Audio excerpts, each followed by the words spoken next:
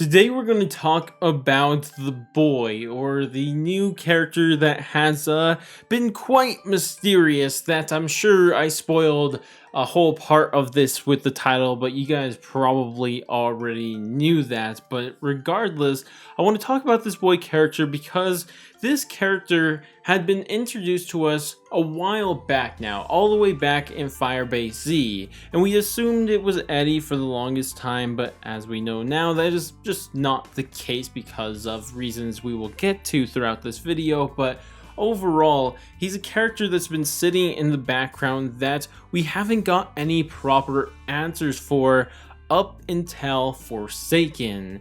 And with Forsaken, we got 2 or maybe even 3 very significant leads on what exactly is going on with this boy character.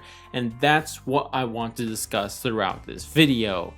But with all that said, let's not waste any more time and let's get into this boy character explained video. So where we should first start is where I mentioned earlier the first time we ever even heard of this boy character, and this was actually in Firebase Z in a document intel titled Maxis Diary Entry, and what it said was, "Sometimes I find it hard to sleep. Even though I look forward to it, when I dream, I see faces. Faces of people I care about, and faces of people that don't care for me. Sometimes it's hard to distinguish between the two, but one face stands out from all the others. The face of a child, a boy. He is lost, damaged. I want to help him, but somehow I feel he is dangerous.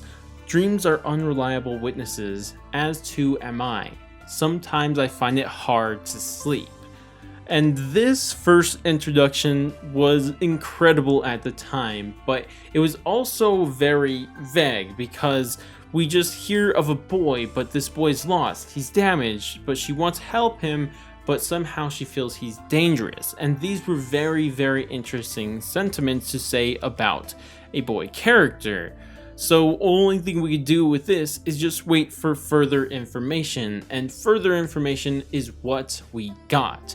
Because later in the seasons of Cold War, we actually got a radio from Samantha talking about the unsavory truth about this boy character. Now this document needs a little context, and what that context is that from a previous document that this is continued from, this is actually a note to Weaver. But with that said, what it says is, "Quarantine Diary 9. I remember waiting for your call, 10, 11, 12.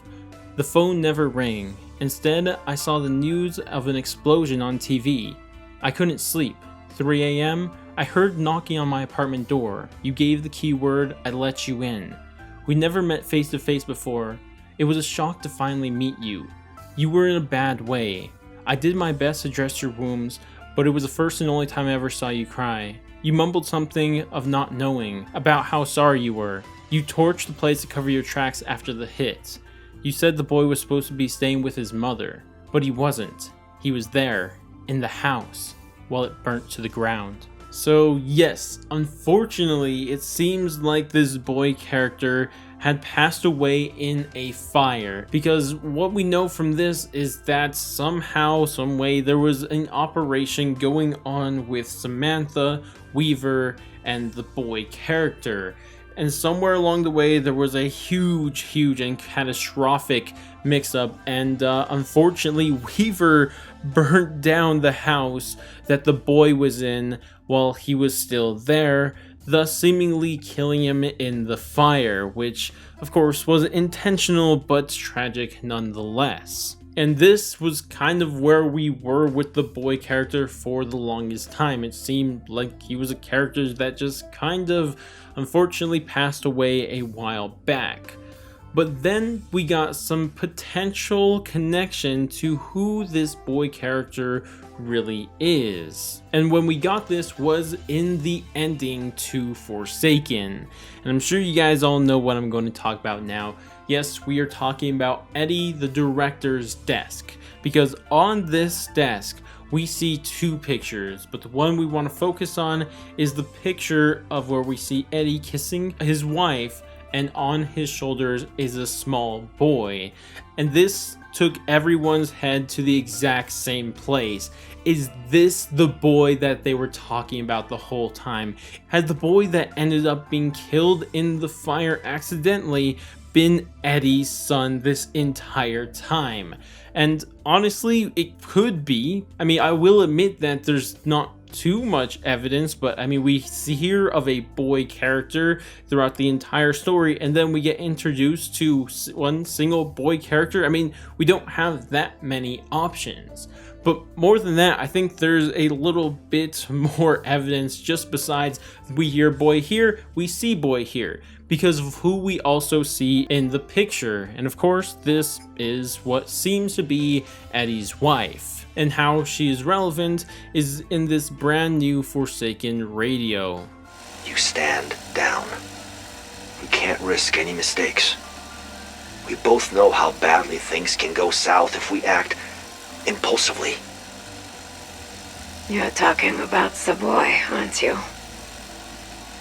And the mother.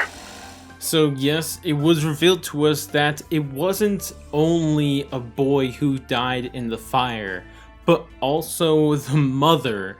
And to see that not only do we have a connection between this boy character, but also a mother, it just seems that the only logical conclusion we can currently come to is that there is a direct connection between Eddie's wife and son and the mother and son who died in the fire. Now, of course, this isn't facts currently, but I think it is something that we are at least safe to assume is the case until proven otherwise. But is that the end of the story for this boy character, that he just died with his mother years ago, and maybe that's going to be some motivation for Eddie going forward in the future of this Dark Aether story? Well, not entirely, because it seems like there's a little bit more to this boy character that we could really discuss, and that may have a more significant impact on him going forward. And one of these things is his name.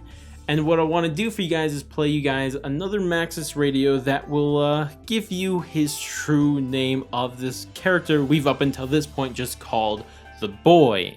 His name was Samuel, and we will forever feel responsible for his death. I gave the intel to Weaver. The intel he acted upon. That's what we're all supposed to do, right? Act on the available intel. That's just what Weaver did. Act.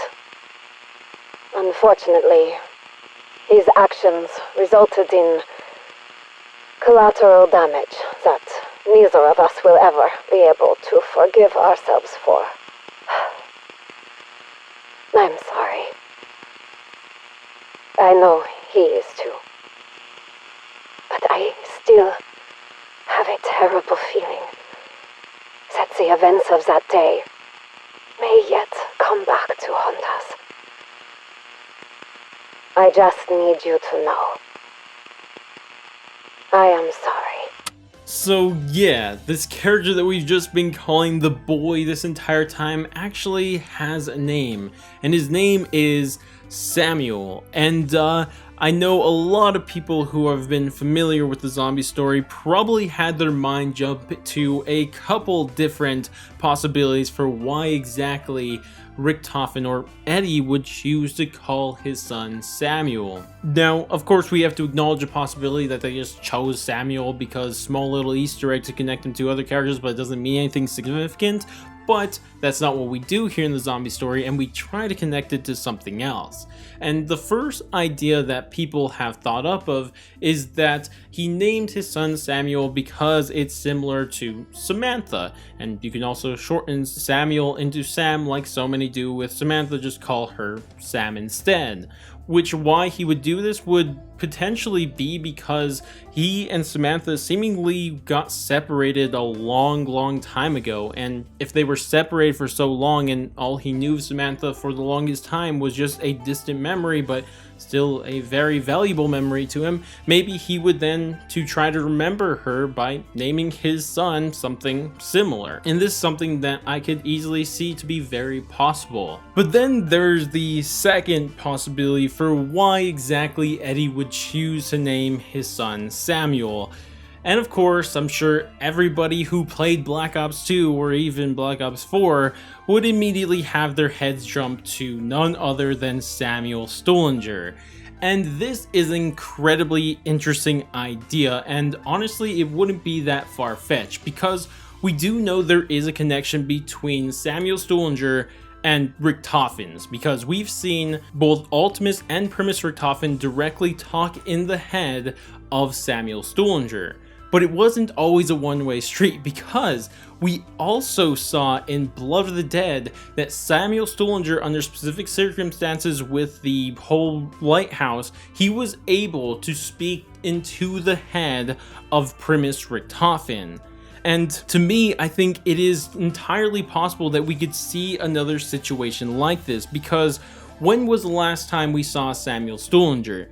Oh yeah, when he was being banished to the Dark Aether. And if he's been in the Dark Aether this entire time, potentially he could have found some sort of way to communicate with someone that he has had a connection with in the past. That being Richtofen, but another version of that Richtofen, of course, being Eddie.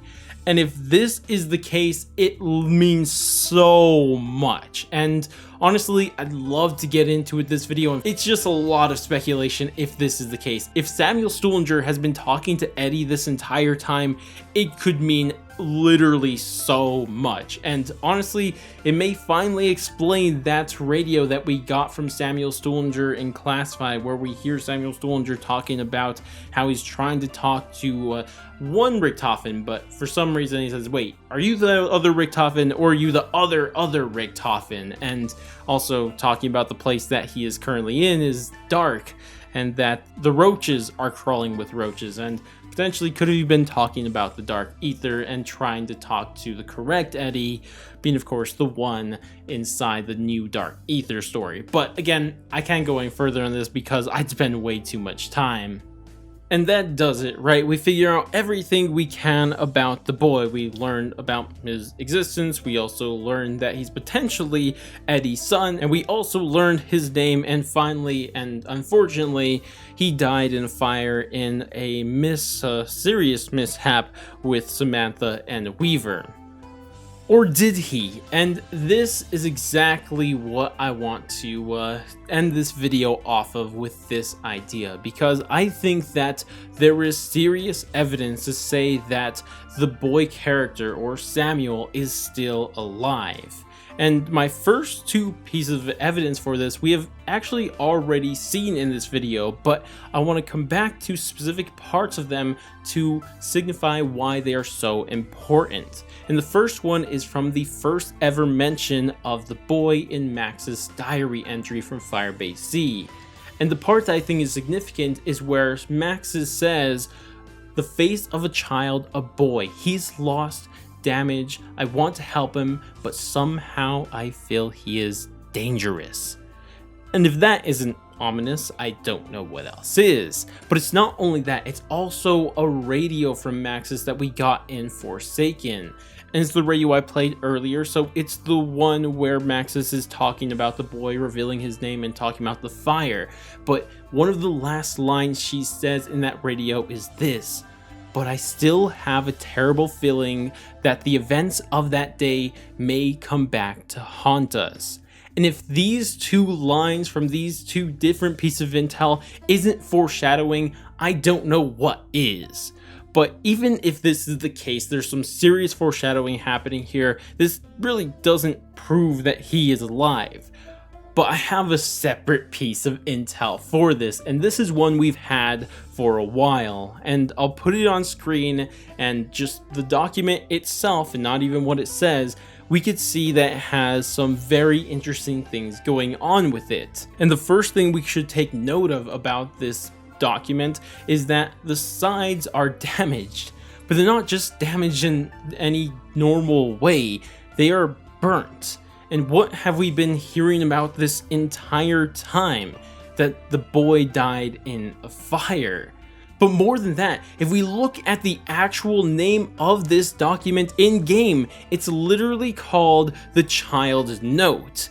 And there's only one currently known child in this game that we could possibly attribute to this, and this is none other than Samuel. So to me, this has a direct connection to him, both through the fire and also being the only child in the story thus far. But that's not it. Because if we look at the document again and actually see what's going on with it and actually read what's on it, it says, "This is my friend, Mr. Peaks. Mr. Peaks is always watching. Mr. Peaks likes to play hide and seek. Mr. Peaks lives in my hat. Mr. Peaks always tells the truth. Thank you, Mr. Peaks. You keep me safe in the dark place." And if that doesn't tell you what's going on, I don't know what it is. Because the second that the boy who wrote this down said Mr. Peaks keeps him safe in the dark place, that to me can mean nothing else besides that Samuel is still alive, but he is trapped in the dark ether. And if this is all true, this is going to be insane, and it's probably going to get really crazy when we get a continuation of this dark ether story. I mean, think about everything that we've talked about today, and even the things that we touched on here at the end that we didn't have time to explore. Mainly Mr. Peaks. Mr. Peaks, or the bunny in the box, seems to be a lot more suspicious than people are really letting him on for currently. So that's another character or being that you should probably keep an eye on for the future. But regardless, I think that's a good place to wrap up this video. I'd love to hear what you guys think about everything we went over in this video. What do you guys think about Eddie's son, that he's had a son in the first place? Do you think he's alive still? Do you think he's in the dark ether? And if he's in the dark ether, what's going on here? Is he talking to his dad? Or what the heck is just going on here? There are just so many possibilities for what could be happening if everything we went over here today is true, which is, again, a very large asterisk because sure, these are all theories, but I think that they're the best theories we could currently come up with. But regardless, that's going to wrap it up for me. But if you guys did enjoy this video and you want to see content like this similar in the future, definitely do all the normal YouTube stuff, like, subscribe, bell, share, and all that great stuff. But I'm going to go and I'll catch you guys next stream, video, or whatever the heck it may be, and laters, guys.